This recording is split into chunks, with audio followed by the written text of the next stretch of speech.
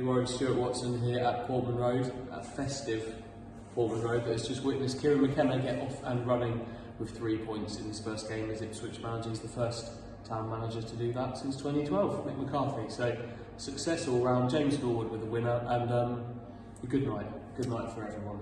Yeah, it's funny you should mention that Mick McCarthy game because it reminded me a lot of that 1-0 win at Birmingham in some ways. It wasn't completely backs to the wall, far from it. Ipswich played some really good stuff in the first half, but in the second half there was a feeling at some stages that having not scored that killer second, Wycombe were always going to put balls in the box, and it got a little bit nervy. They had a big chance at the end, Wycombe, when Stuart put the ball over from a corner, but Ipswich, I thought, over the piece, really deserved to see that out. 1-0, big clean sheet, big 3 points, and overall very encouraging. A lot to build on tonight. Yeah, I think what I like most is that we saw a few different sides to Ipswich tonight. We saw, for the first half, a team on the front foot for most of it, a team with a better side for most of it, probing.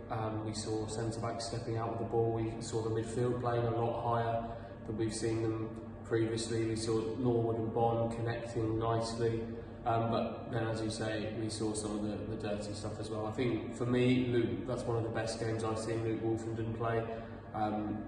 Ball at feet will catch the eye and be the talking point, I guess. But for me, seeing the way he dealt with the physical stuff late on was really, really impressive. Maybe that's where the question marks are on him. He answered a few of those tonight, and yeah, it's just a positive night. Like, that's all you want from a new manager's first game, a positive night and something to move forward from, and they've got exactly that. Yeah, another goal for that man, James Norwood. That's 3 in 3 in the league since his return from the cold wastelands of the under-23s. A little bit of swagger in his goal celebration today. Walked off chest out. He was in the right place at the right time. Didn't have to do a lot. Ball sort of hit him and went into the net, but he had to be there, Johnny on the spot, and he was just that. It was a throw in from the right from Donasian, and the ball kind of good hold up play, good link play from Macaulay Bonne inside the box, and the ball kind of just popped off of Sam Morsey's thigh, and David Stockdale probably should do better as the goalkeeper. Just scooped it into James Norwood's path and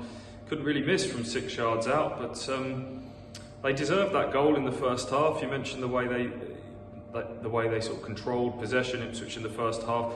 Same team, bar the goalkeeper, because Christian Walton was out with COVID tonight and came Plagkey. But other than that, it was the same outfield 10 that started the game against Sunderland.